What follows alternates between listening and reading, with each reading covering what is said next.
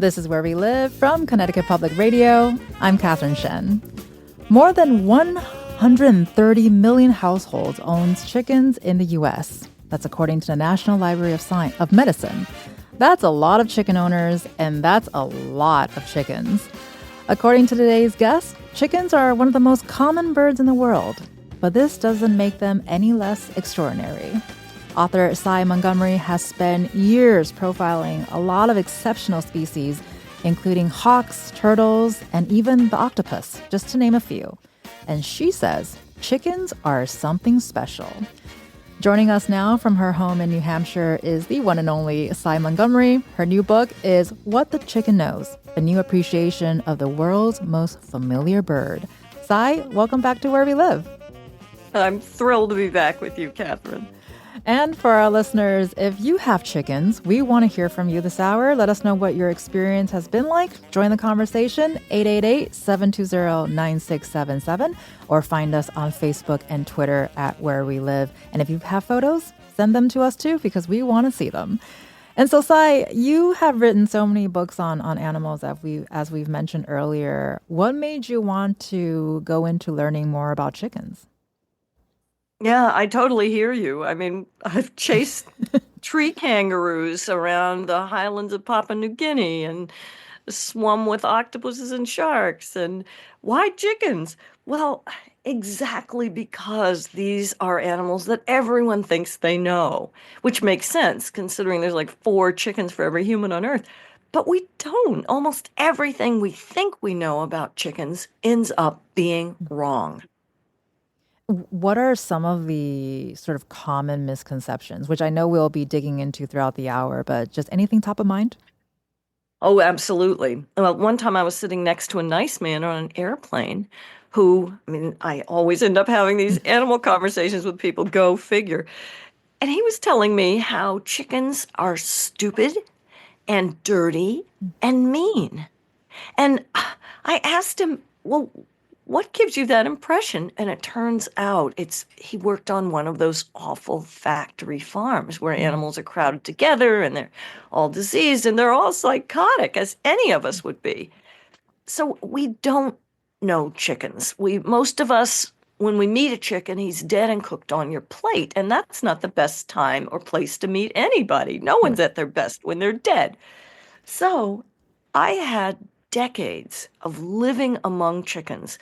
And right now, although there's no chickens on our land right now, right across the street and down the street, I have a lot of interactions with other people's chickens.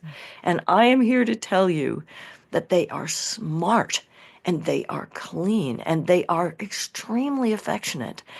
And they offer us a source of wildness and wonder right here in our own backyards. And what do we know about how chickens have evolved? Well, chickens actually are descendants of the theropod dinosaurs. All birds are. Now, when we say the dinosaurs went extinct, that's not really correct. When we were hit by the asteroid 66 million years ago, it wiped out the dinosaurs that we used to play with as kids, the little plastic Allosaurus and Tyrannosaurus and Brontosaurus and all of those guys. But they didn't go extinct. It's now known that what they did was they turned into birds. And not just any dinosaurs became the birds. The ones that became the birds were not the duck-billed ones or the apatosaurs. The ones that turned into birds were the ones who hunted, the smart ones, the ones like T-Rex.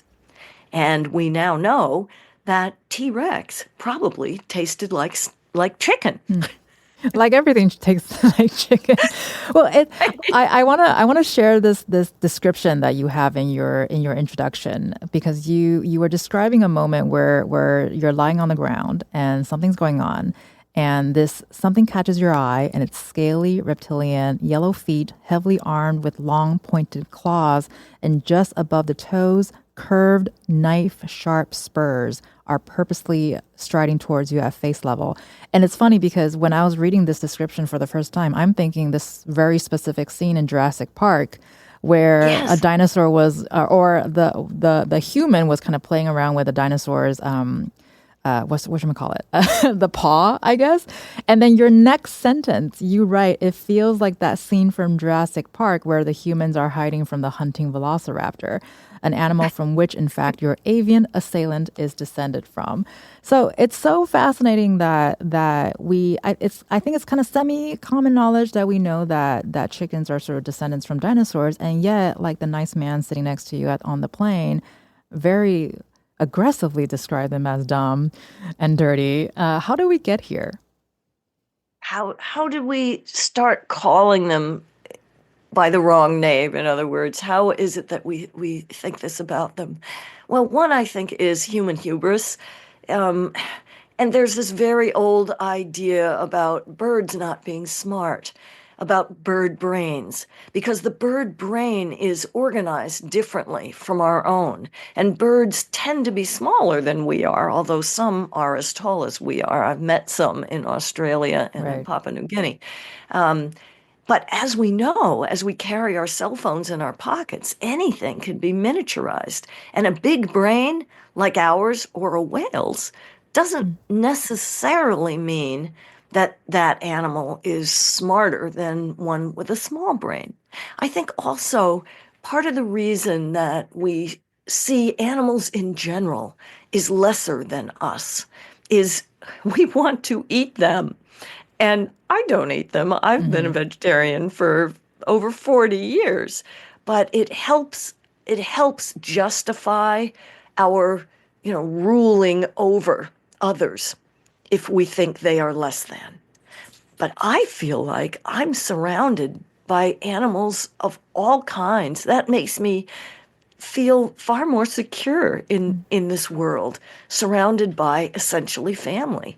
And every creation story and all of science tells us we really are brothers and sisters. You look at our DNA, we share 98% of our DNA with a chimp, but we share 40% of our DNA with a banana. We really are all related. And Right. I think it's high time we get to know and respect each other.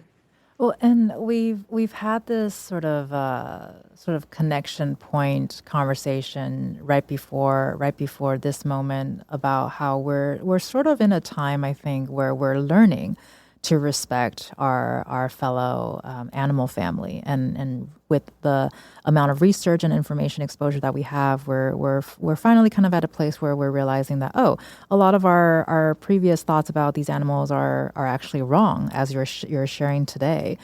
Do you think, with what you mentioned earlier too, with hearing from someone about their experience with chickens is from a factory and a factoring farm, how has that sort of experience impacted how we view chickens as a society? Because I think with that in mind too, we also kind of see them as simply food. Yes, I was shocked to discover one time I just put chicken into Google, and the answer that came up wasn't Mm, even that it was a bird. It wasn't even that it was alive. mm. It said the flesh of a chicken used for food. And boy, you're really missing out on some great friendships if that's the extent of your relationship with a chicken. So I think we are at an exciting time right now in that we are starting to realize that other animals think and feel and know. And they do so in really interesting ways. There's lots of things that have brought to bear on this. One, as we were talking about earlier, Jane Goodall's studies of chimpanzees really were transformative.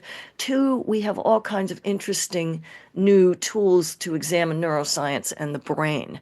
You can stick a dog into an MRI and see that when he's shown your picture, the same area of the brain lights up as a mother who's looking at a picture of her child or her friend.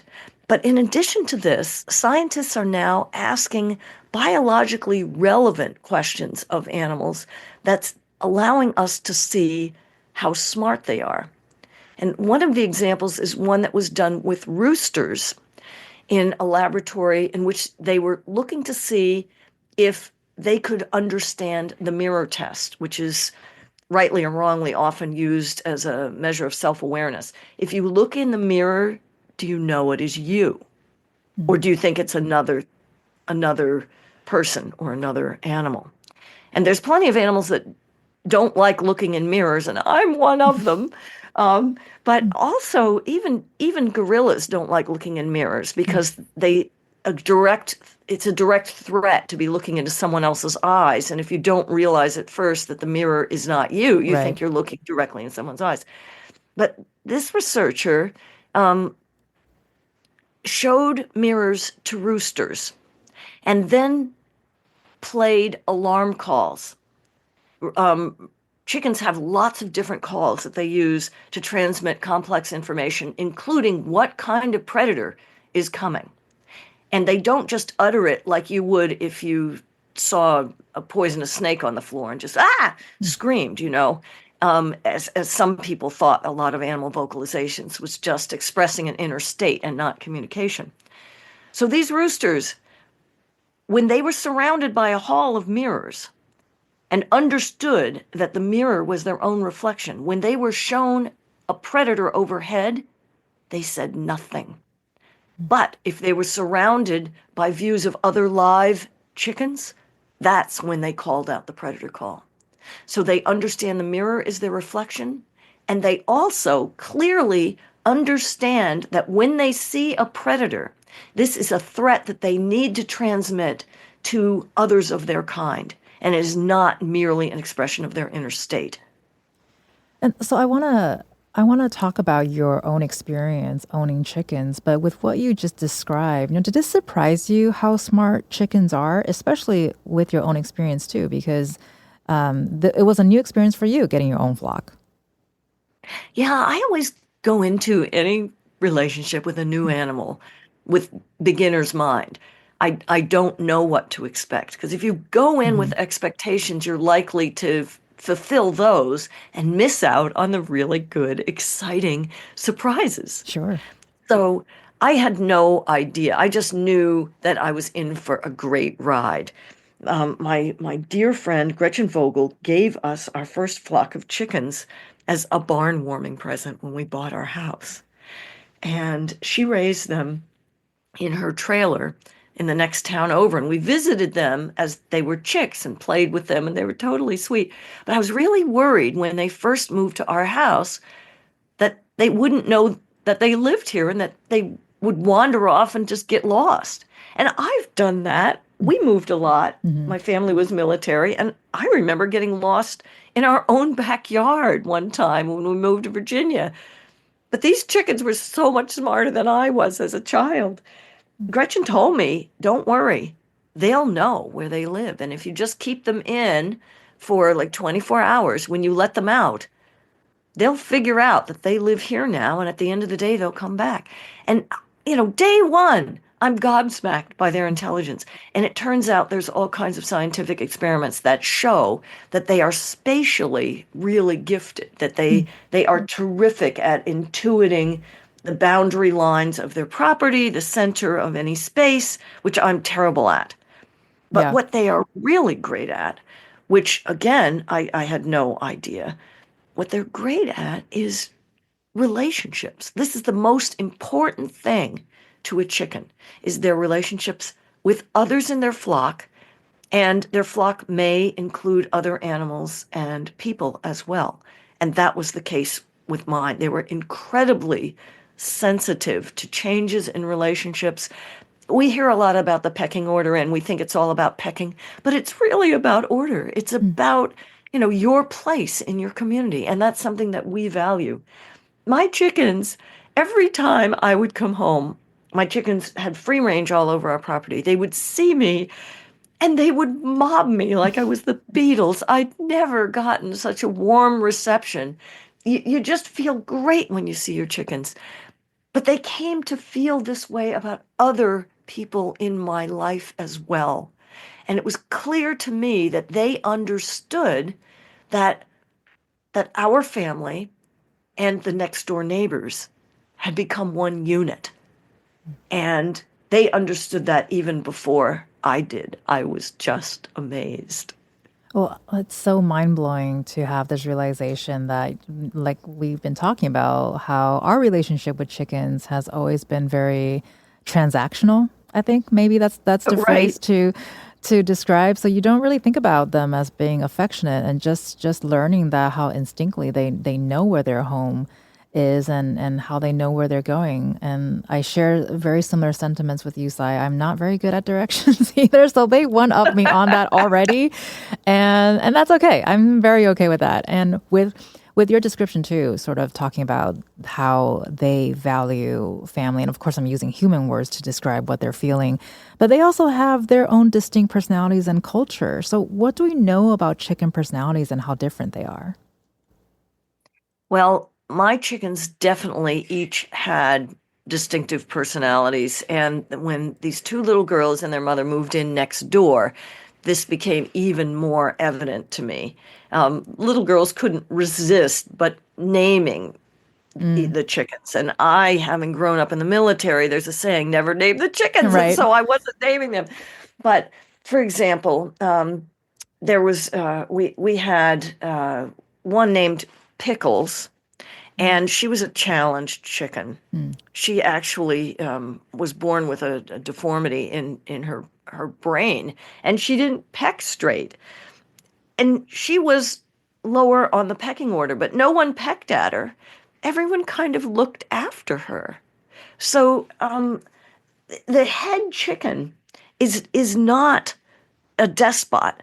You know, the head chicken actually kind of looks after everybody. And if your head chicken happens to be a rooster, you could just not have a better keeper of your flock. They are so brave that in Judaism it said they'll chase off a lion. They will call everyone else to the in the flock whenever they find something really delicious, and a good rooster will stand back while the rest of the ladies enjoy all the worms, and he won't eat one of them. But again, they're all individuals. And just on this tour for this book, this weekend, I heard about one person who had a rooster who did just that. He called the ladies with this special call saying, yum, yum, yum, something delicious. But he lied. And when he called them, he then would jump on their backs and copulate with them. He was a sexual predator and a liar. Oh no. So even roosters, you Mm, can always get, they're individuals, you can always get a bad one. But most chickens are very affectionate. Many of them love to be held and cuddled. And this includes roosters. The lady across the street and down the way a little bit, Ashley Nagley, she runs a rooster rescue for rogue roosters who might attack. And she has been able to tame these roosters so that her kids can carry them around, kissing their combs. mm. And they show their individual personalities. One of them is so smart, he learned to operate the doorknob, turns the doorknob in the morning, walks up a flight of stairs every morning at the same time, and then crows to wake everyone up. Another one loves to watch her husband repair the car with such intensity that he looks like he's about to go repair the car like tomorrow. Well, And he also would bring like little gifts to Ashley, mm. shiny things or gaskets he found. I mean, they can be very thoughtful. And being friends with someone like this just expands your soul. And it's a fabulous like study you can make, almost like an anthropological study. You can travel in the chicken universe, and your flock may be so different from my flock that you might discover something that's never been reported before. And having chickens in your backyard affords you this extraordinary opportunity. Well, and I mean, my brain is going all over the place right now with all this chicken universe knowledge that you're throwing at me. But one of the things that I'm kind of getting here is we talk a lot about how each culture is not a monolith, and it's amazing to sort of link that to the animal culture as well as you're describing these various personalities and how distinct they are. And you talking about, roosters can get really violent actually and aggressive. And we started kind of from like a chicken nugget perspective to the warm and coziness and the fuzziness literally. But I think one of the things that surprised you based on your book, because you described an experience of watching chickens attack at the sign of blood. Can you talk about why do chickens exhibit this type of behavior? Talking about the aggressiveness that could come. Yeah, well, again, a reminder that they are dinosaurs. They are, other nations, as Henry Beston described all animals. They're not just people in little coats of feathers. No one really knows why chickens will attack another chicken who is bleeding, but the sight of blood is like irresistible. And I have a couple of thoughts about this. This is just my theory. One is that many birds get very excited with red. Mm. If you think of hummingbirds, they love red. They love red so much that they may try to pollinate your lips if you're wearing Mm. lipstick. They may go up to a red car and see if they can sip nectar from it. They just can't help it. Also, there's a red dot on the bill of every herring gull. And what that dot is it is like a target for their chicks to peck at, which will then cause the parent to feed them. So red is important. Shiny is also important. A lot of birds love shiny things, Right. and blood is red and shiny. And it may indicate to these birds that there is meat. And a lot of birds are carnivorous. We don't think of hummingbirds as carnivores, but they need like 500 bugs a day in addition to nectar. Crows love meat, and it's very nutritious. And it may be that the sight of this shiny red blood signals to chickens, here's a really important, delicious resource. You better bite at it before it gets away. It's well known that they do this, though, and it sounds so savage and awful. But then, if you get a newspaper, just read the advice column, and you'll see that people are doing an awful lot of stupid stuff too. It's like, well, why didn't you get rid of that loser husband? And just dump your cousin Zeke, who comes and stays at your house for 2 weeks. We all have weird instincts. And just because we do this, it's no reason to dismiss them as, mindless automatons. We all have instincts. And our instincts are there because most of the time they worked. Well, it sounds like we really have way more in common with chickens than we'd ever imagine. You've been listening to Sy Montgomery. Her new book is What the Chicken Knows, a new appreciation of the world's most familiar bird. Chicken lovers and owners, we want to hear from you. Tell us about your experience raising and loving chickens. Give us a call, 888-720-9677, or find us on Facebook and Twitter at Where We Live.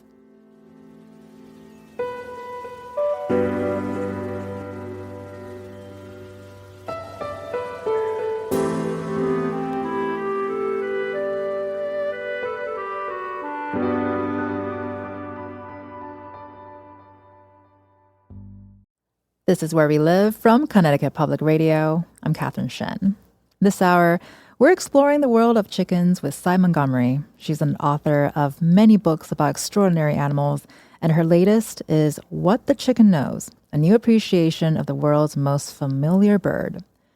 During the peak of the pandemic, chicken ownership skyrocketed. In 2020, NPR reported that hatcheries were swamped with households calling and looking to adopt chickens. But this trend didn't last for long. For more on why that is, we're joined also by Indu Upadhyay. She's a food safety extension specialist at the University of Connecticut Extension. Thank you so much, Indu, for joining us today. Thank you for having me. How are you? We're good, and we're so happy to have you on to sort of help us continue our conversations about chicken today, but from a different perspective here.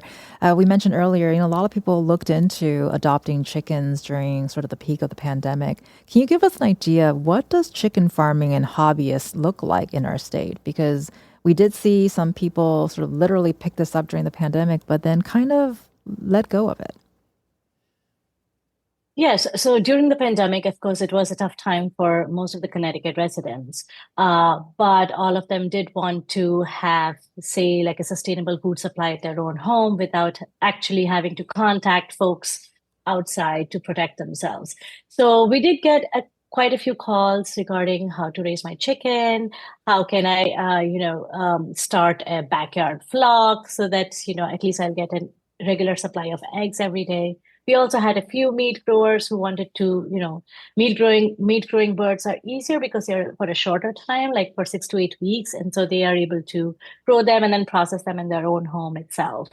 Um, so for these farmers, just to give you like an overview of what Connecticut is, what Connecticut poultry farming demographic looks like, we have around maybe like 1,200 farms in the state of Connecticut, which grow birds, layer birds, but almost 900 farms or 980 farms have less than 50 chicken in their backyard flock. And maybe there are like 40 farms that have maybe 400 to 1,000 birds, and only one big farm that actually has more than 100,000 birds. So, most of them are small scale poultry flock owners, and most of the burst was during the pandemic, and it has sort of like slowed down, so on and so forth.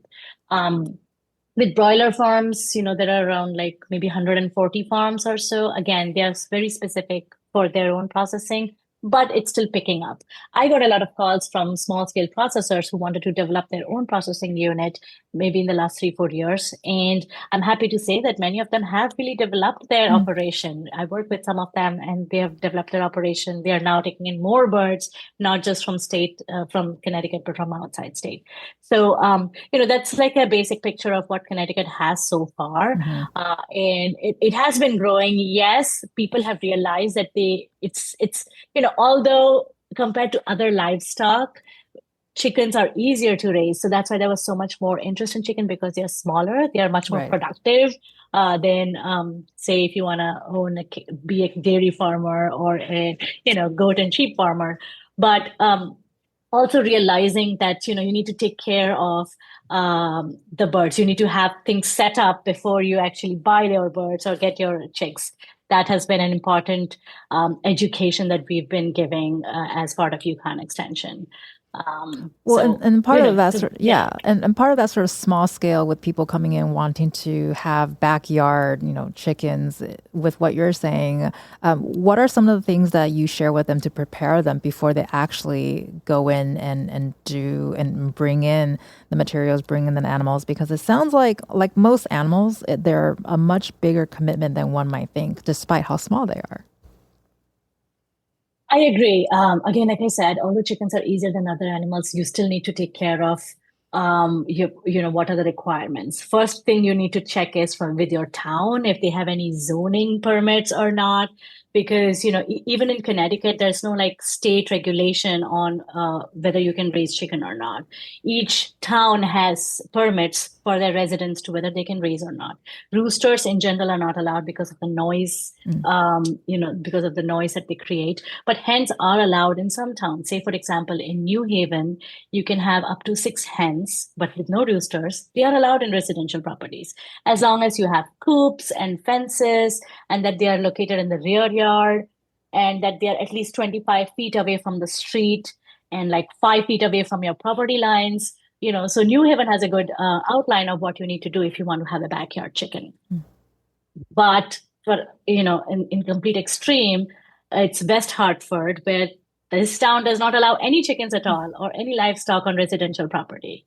And then there is like the town of Manchester, where chickens are generally allowed, but there's no specific requirement as such. So the residents should definitely consult their local ordinances for detailed guidelines. That's the step one, that whether you can raise chickens or not. Second thing is, depending on the number of chickens you need to have, you need to be prepared to have like a coop. You need to be prepared for the type of feed that you want to give. Are you interested in layer birds or meat birds, which are called broilers?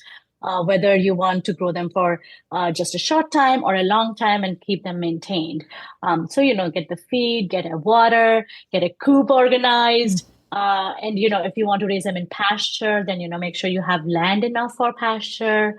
And New England and Connecticut weather is pretty extreme. So definitely providing enough heating or enough ventilation as per the season is also some of the important things that we try to advise new poultry owners to take care of. Well, that's already so many things on a list to check off of if you really want to commit to this. Sai, can you respond to what we've heard from Indu? What do you want people to know before committing to getting chickens? No, first, I'm just so glad that Indu has joined us and she's just giving us terrific advice. It's amazing to me that people would take home a pet or a baby and not know, like, gosh, you got to take care of this little creature. For me, um, well, my husband learned that if you want to see predators in New England, get a flock of free-range chickens. Um, That will do that's it. the problem that we had. I mean, we did get there's so many different breeds of chickens, and some are so attractive and interesting. Some have poofy top knots, and some have fancy feathers on their feet, and some have these long tails that are just so attractive. But if you're living in New England, you want to have a breed who can tolerate the cold, unless you're going to have you know, really sophisticated heating. We have a 150-year-old barn that we insulated to R factor 22, but our chickens never needed us to put in any artificial heat past their chickhood. But what did our flock in was predators, because our flock was free to range over our entire 8 acres, and this worked fine for 2 decades. Occasionally, a fox would come, a dog would come, a hawk would come, a mink would come. We had an ermine come on a Christmas day. And each time just one bird is taken, these are birds that you know from chickhood, and they're friends with individual. And I was, shaken by their death, but I can't blame the native predators whose kind were here long before me and my chickens. Right.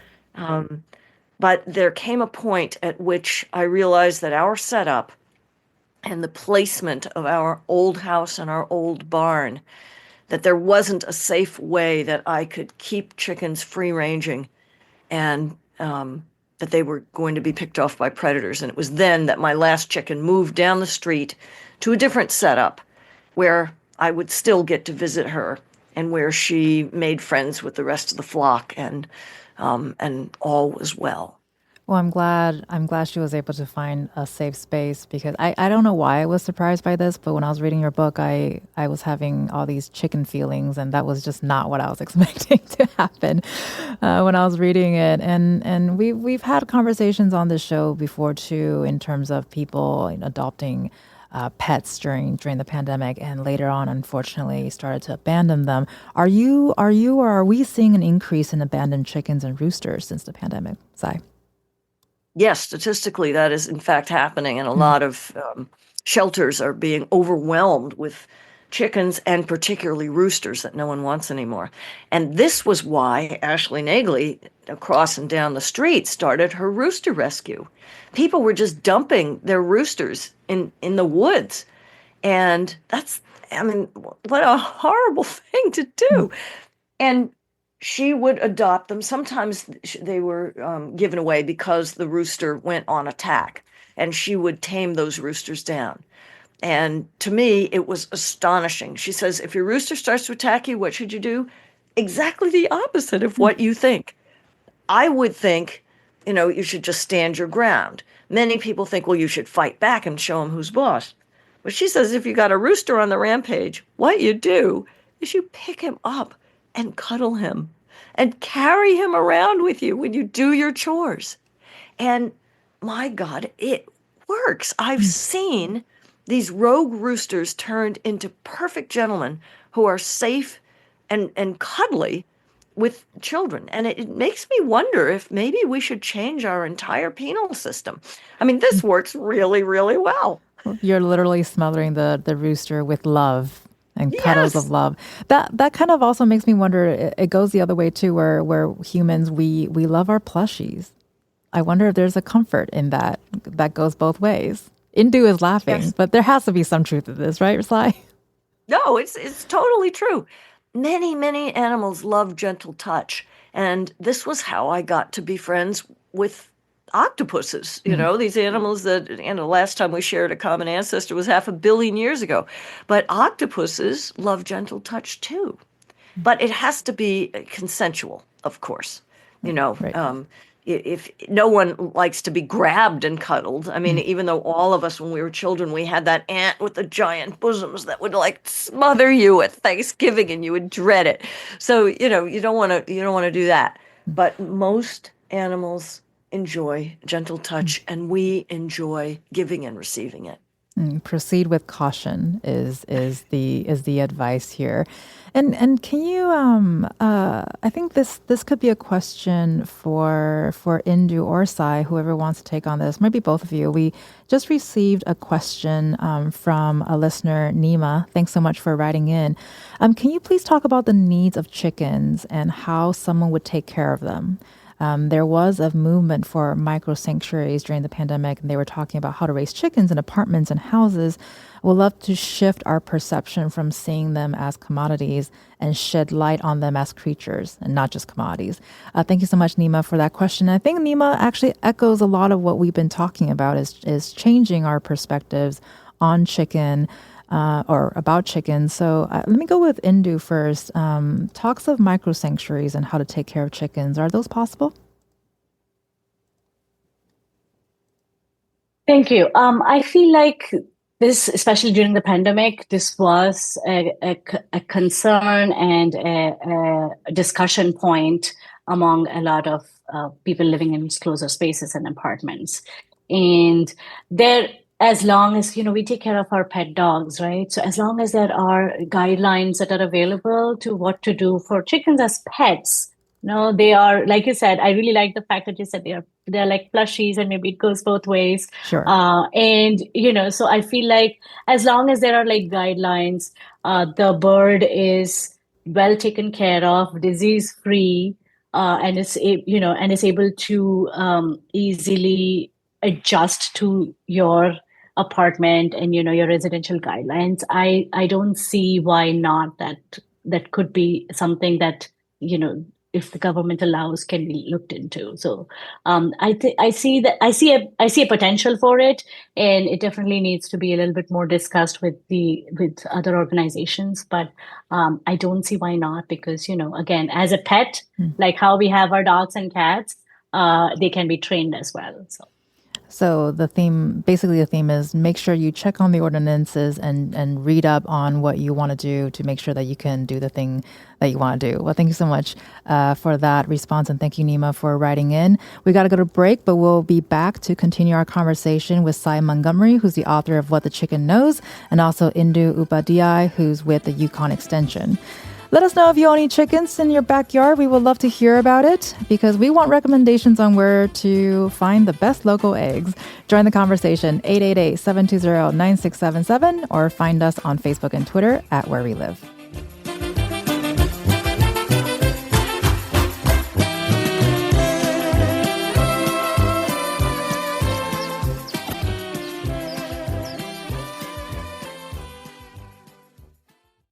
This is Where We Live from Connecticut Public Radio. I'm Catherine Shen. As we've learned this hour, chickens are exceptional birds. But before you consider bringing chickens into your household, there are a few things to keep in mind. This year, there was an avian flu outbreak among dairy cattle in Texas.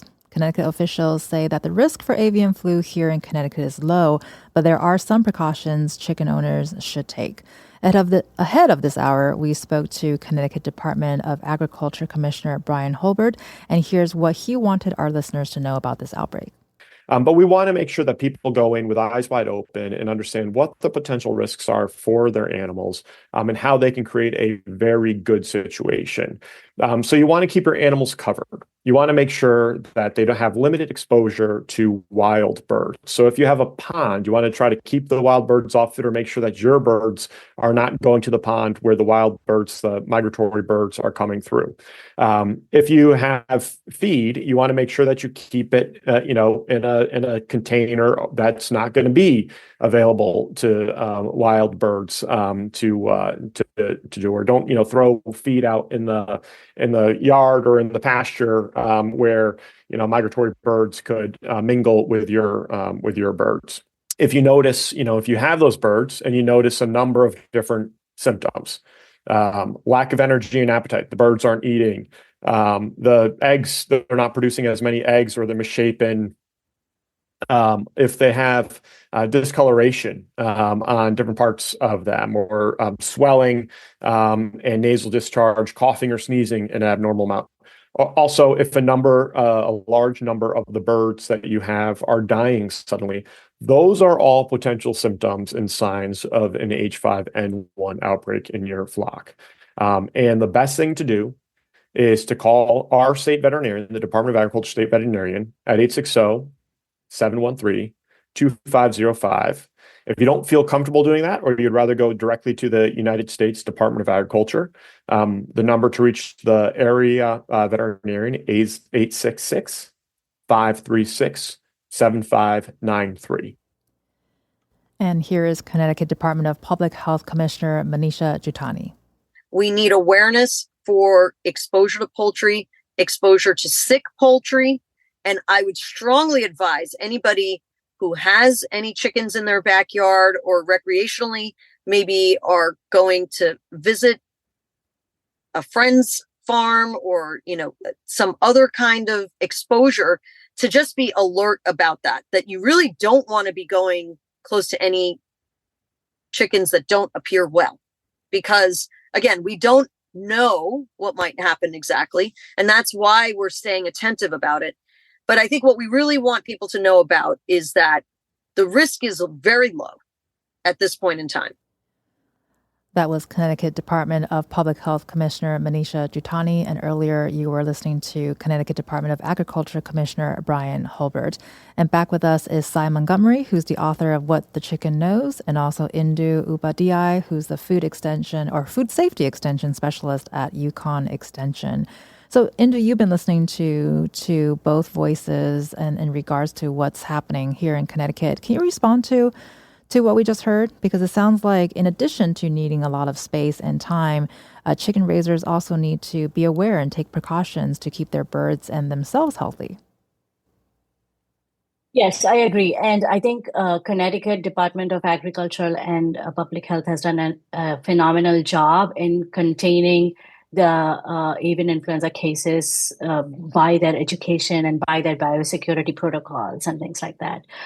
So as long as you're following the guidelines that were just mentioned, and maintaining, because avian influenza can come from like ducks and Canadian geese and waterfowl. So keeping those flocks separate from your own flock, I think we would be in a good state.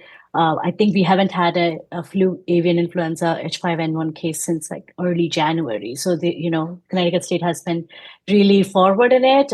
Shout out to the CVMDL, which is the Connecticut Veterinary Medical Diagnostic Lab at Yukon, which does all the testing in order to eat, not just for birds, but also for other animals as well, to maintain so by these testing protocols and by education, the things that we do at Yukon Extension and the things that the Department of Ag and Public Health do, we have been able to curtail this situation. So as long as everybody's aware of it, and we are trying our mighty best, and we are trying, as hard as we can to make sure everybody's aware of these situations, we should be able to continue this process and keep our state at least free of further H5N1 cases. Well, and really quickly here in Connecticut, we've seen some very interesting weather and climate events in recent times, from flooding to heavy rains to wildfires, and we've been having a very mild fall and not having much rain as we usually expect. Can you talk about briefly here, how is climate change impacting chickens? Just like how, we are used to a particular ambient temperature, even the chicken are used to like a temperature between 65 to 70, maybe 75 for layers, but that's the temperature that we like, right? So the way it can affect is if it's too hot, then the birds, again, they stop egg production. There's mortality, there's disease spread, and because the litter is too hot, there's more bacteria growing in that temperature. So those are some of the issues with really hot temperature as well. With really cold temperature, birds are eating a lot to maintain the heat in their environment, especially in layers. It affects a lot because then they stop the egg production. That's when they slowly start to go into molt. Now molting, I think previously I heard like a couple of folks asking that, oh, my birds have either not gone into molt yet or they are molting. They're confused. What's happening? So, molting is something, it's a normal process for the layer birds where they lose their feathers and then they start to eat and they build up their nutrition to regrow those feathers. So that does not go into egg production, the nutrition. And so molting can sort of, reduce egg production, cause confusion, but it depends on weather and it also depends on daylight. So usually birds molt when daylight time starts to reduce, right? Because that's the cue hormonally for them to stop producing eggs and start producing more of feathers. And so, a lot of other things can affect the weather. We have been getting those calls about, oh, it's so confusing. Are they molting? Are they not molting? What's happening?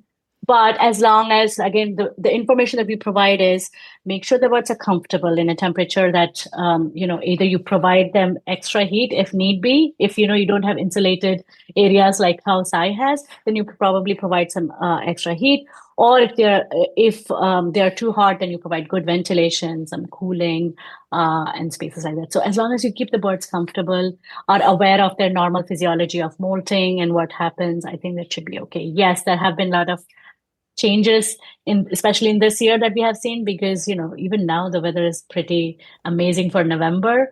So it feels like as long as we're taking care of normal physiology of the bird, we should still be able to get a decent egg production and keep the bird happy and healthy. Well, we appreciate those thoughts. And Sy, time flies when we're having a good time talking about chickens. But about a minute here, any final thoughts that you would like to leave our listeners with? I guess I'd like to leave folks with a sense of respect and awe for these birds. Scientists have found that they recognize at least 100 different faces. And that's not just chicken faces, that's our faces as well. And as we were talking about all the terrible things that can happen to chickens and they can get diseased and climate change and all that just breaks my heart. But I was very lucky on our 8 acres. Our chickens were pretty smart. And because they had so many options, they could go to the shade, they could be in the forest, they could be, they could be taking a dust bath. They had free will to make themselves comfortable and happy.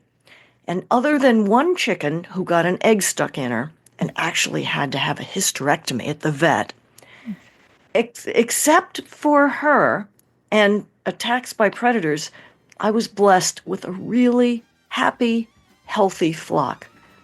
And most of the time, rooster-free and therefore a feminist utopia. Well, thank you for leaving us with that amazing image of one of your chickens. It's always a pleasure to have Sy Montgomery, who's the author of What the Chicken Knows. Thank you so much for being with us today, Sy. Oh, such a ball. Thank you. And also Indu Upadhyay, a food safety extension specialist at UConn. Thank you so much, Indu, for being with us today, too. Thank you for having me. Thank you. I'm Catherine Shen. Today's show is produced by Tess Terrible. Our technical producer is Dylan Reyes. Download Where We Live anytime on your favorite podcast app. And thank you so much for listening.